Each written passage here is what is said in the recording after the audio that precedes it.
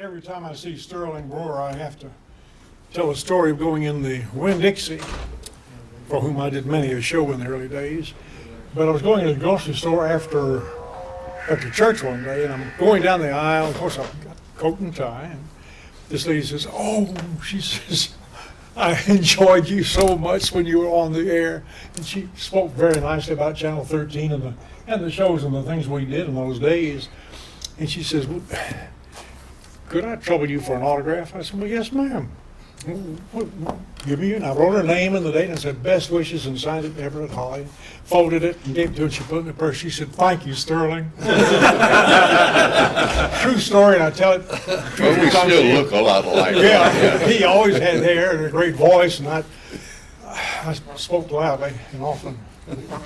Early days, not unlike yours, but a little thereafter.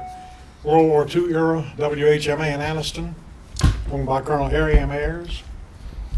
Hung around as everybody else did with no pay, and I found in a book the date September 11th, 1944, and on the side was first station break I ever made on the air. So I'm sure my sated mother long gone saved it. But it was like everybody, it was a superior operation. Great people, good to me. They were so good to me during school years and college years. I could come home and I could work whenever I needed to work. And I should have known when I went to work for WAPI, they paid me 25 cents an hour less than I was making in high school. I should have known right then. The writing was on the wall. But though Birmingham Station to us was big time.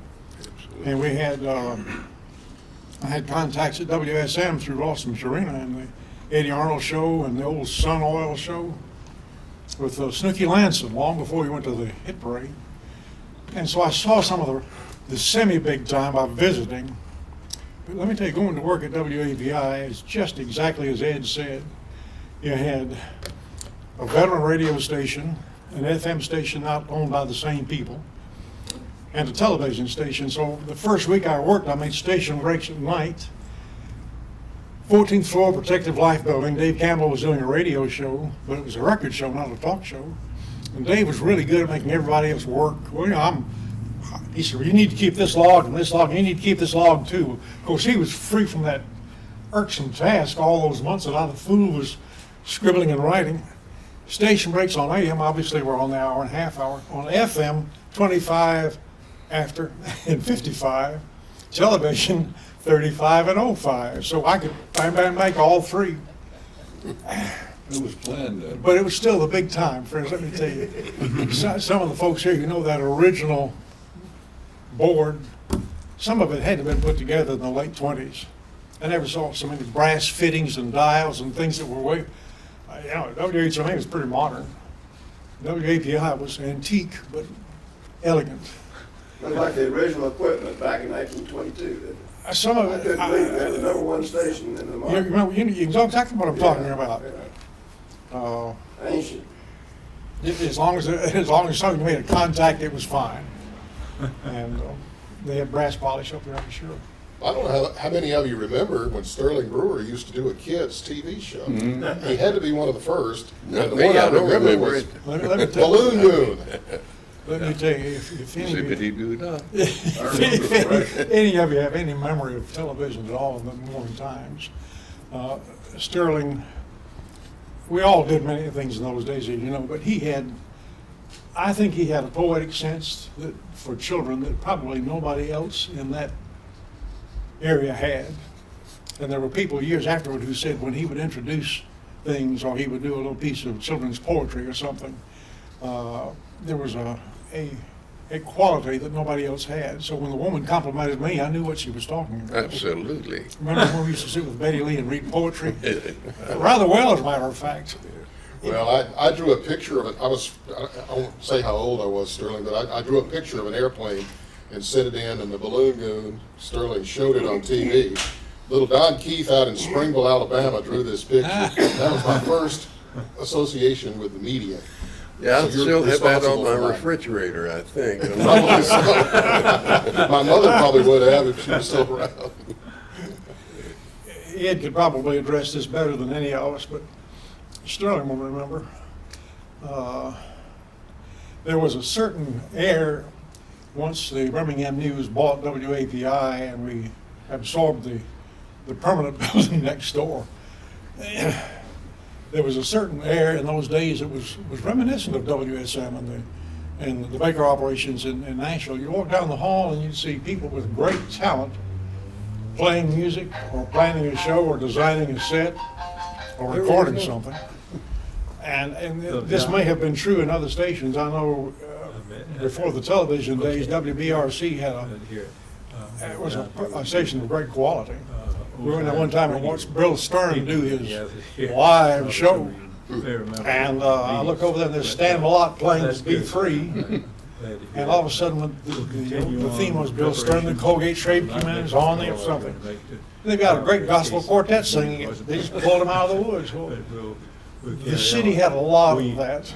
And Ed probably enjoyed it more than any of us because as he moved to his studio, he saw the best and worked with them so frequently. But to walk down the hall with Henry Kimbrell, you and I talked about Bill Seal or Lloyd Honeycutt, who never admitted how beautifully he played the guitar.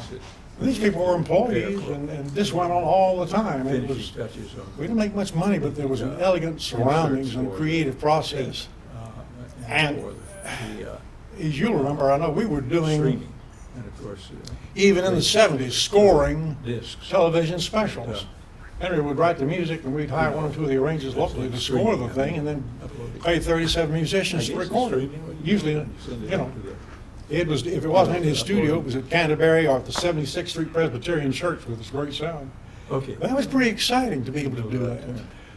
And it lasted long past it made any money. But then Newhouse didn't have a budgeting system. We just spent what we needed to spend and sent the other half to New York. So it was an excitement that was protracted by probably 20 years, and it was fun to be a part of it. John, ask you a question.